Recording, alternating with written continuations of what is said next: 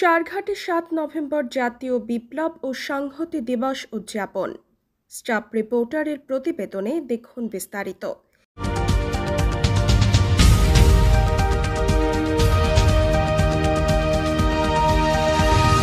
রাজশাহীর চারঘাটে শুক্রবার বিকেলে রাজশাহী জেলা বিএনপির সাবেক যুগ্ম আহ্বায়ক ও যুগ্ম সম্পাদক আনোয়ার হোসেন উজ্জ্বল এর নেতৃত্বে বাংলাদেশ জাতীয়তাবাদী দল বিএনপির উদ্যোগে যথাযোগ্য মর্যাদায় উদযাপিত হয়েছে জাতীয় বিপ্লব ও সংহতি দিবস।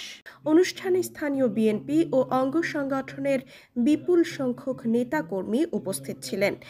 আলোচনা সভা ও দোয়া মাহফিলের মাঝে বক্তব্য রাখেন রাজশাহী জেলা বিএনপির সাবেক যুগ্ম আহ্বায়ক ও যুগ্ম সম্পাদক আনোয়ার হোসেন উজ্জ্বল। অনুষ্ঠানে সভাপতিত্ব করেন চারঘাট বিএনপির সাবেক সাধারণ সম্পাদক ইউনুস তালুকদার এবং অনুষ্ঠান পরিচালনা করেন চারঘাট পৌর বিএনপির সাংগঠনিক সম্পাদক জহুরুল ইসলাম জীবন। আমরা আমাদের যোগ্য সম্মান যদি নিতে না পারি, আমাদের যোগ্য অধিকার যদি আমরা আদায় করতে না পারি, আমরা সবাই একমত থাকবো ইনশাআল্লাহ। বক্তারা বলেন, ৭ নভেম্বর এমন এক প্রতীক যা জাতীয় ঐক্য, স্বাধীনতা ও গণতন্ত্রের সঙ্গে ওতপ্রোতিম। ১৯৭৫ সালের এই দিনে সৈনিক জনতার ঐক্যের মধ্য দিয়ে দেশ নতুন দিক নির্দেশনা পেয়েছিল। রাষ্ট্রপতি জিয়াউর রহমানকে যদি আমরা ৩টা অংশে ভাগ করি, তাহলে তার কর্মজীবনটা প্রথমে দেখব মেজর জিয়া। বাংলাদেশকে স্বাধীন করেছে মেজর জিয়া, বাংলাদেশের জন্ম দিয়েছে মেজর জিয়া।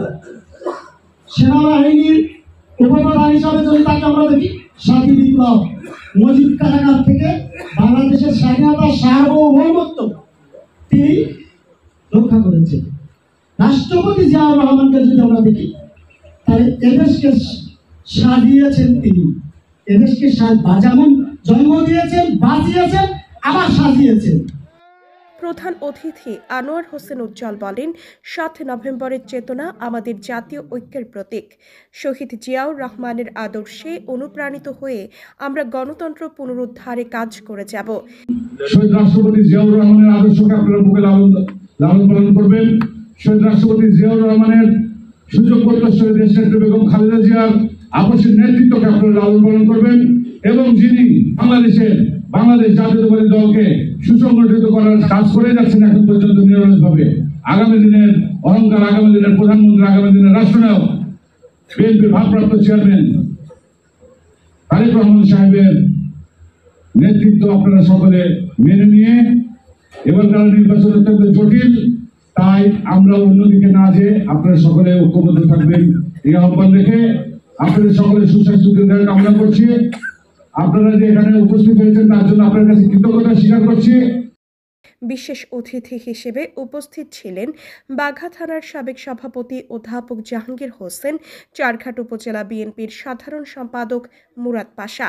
এছাড়া উপস্থিত ছিলেন বাঘা উপজেলা জিয়া পরিষদের সভাপতি বাবুল হোসেন, সাবেক সদস্য সচিব আশরাফুল দৌলা, আরানি পৌর বিএনপির সাবেক সভাপতি ও সাবেক মেয়র নজরুল ইসলাম, পৌর বিএনপির আহ্বায়ক জাহিদ হোসেন, চারঘাট পৌর বিএনপির সাবেক সাধারণ সম্পাদক ওবায়দুল হক মিতুল, পৌর সাংগঠনিক সম্পাদক জহুরুল ইসলাম জহুর, ছাত্রদলের সাবেক সভাপতি মোহাম্মদ রাশেদুজ্জামান তিতাস, আরানি ইউনিয়নের সাবেক চেয়ারম্যান নাসির হোসেন ও বাউসা ইউনিয়নের সাবেক সভাপতি আনোয়ার হোসেন পলাশ সহ চারঘাট, বাঘা, আরানি পৌর বিএনপি ও অঙ্গ সংগঠনের নেতাকর্মীরা।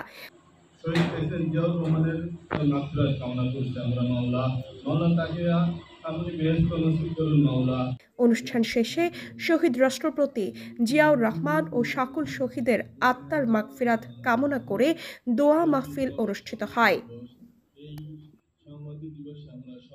উল্লেখ্য, ১৯৭৫ সালের আজকের এই দিনে দেশের ইতিহাস এক গুরুত্বপূর্ণ অধ্যায় রচিত হয়েছিল।